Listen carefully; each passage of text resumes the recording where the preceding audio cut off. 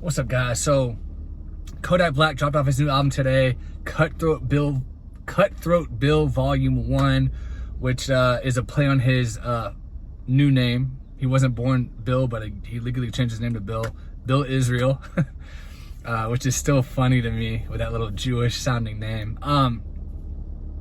So he released the album today. I'm gonna talk about it a little bit, and then at the end of the video, I'm gonna give my sales prediction on what I think it's gonna sell in the first week.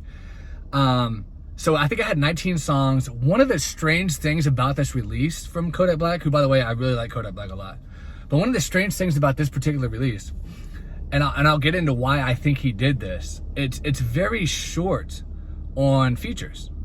It only has a couple features, and the features that are on the album are unknown people. Like, we know Kodak Black can get pretty much anyone in the industry on his album that he wants to. Why didn't he do that? And we know that that's going to affect the sales in the streaming era. If you don't have a lot of big names, only your hardcore fans are going to stream it. And by the way, Kodak Black does have a lot of hardcore fans.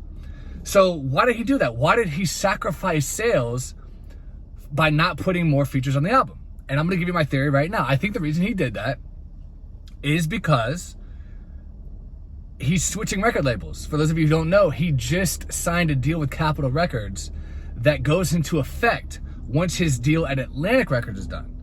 So here's my theory.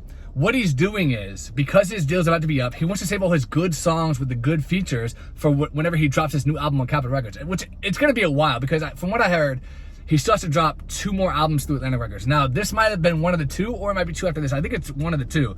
So I think he owes Atlantic Records 1 more album after Kutthroat Bill Volume 1. So maybe the next one will be Kutthroat Bill Volume 2, and then he'll Kutthroat on over to Capitol Records, and then we'll start getting the features. Now, for me personally, if I really like an artist, I don't care if it has a lot of features.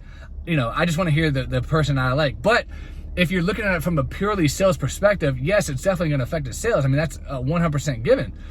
Like I said a minute ago, if you're not a hardcore fan of Kodak Black, you're going to see it on Spotify and be like, oh, none of my favorite rappers are on here. I'm not even going to check out the songs.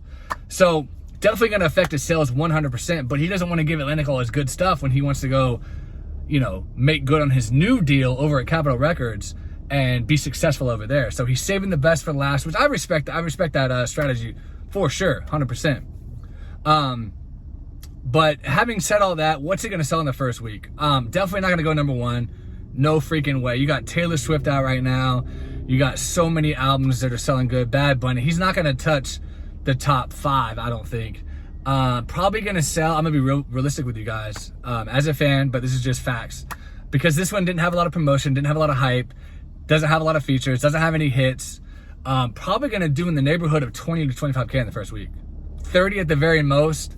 It's gonna do similar to what Haitian Boy Kodak did. Haitian Boy Kodak ended up selling right around, I want to say 20,000 copies. So this might be a little bit more than that, because Haitian Boy Kodak only had like 8-9 songs, I think. This one has double that, so it's gonna do at least 20, I would say 20 to 25K, maybe up to 30, but not much more than that. So that's our prediction, guys. Let me know what you think in the comments. Do you think he's gonna blow my prediction out of the water and go crazy with the numbers? Do you think he's saving his best songs for when he goes over to Capitol Records? What's your theory on that? Subscribe if you've never been here before. I'd really appreciate it, and I'll talk to you guys later.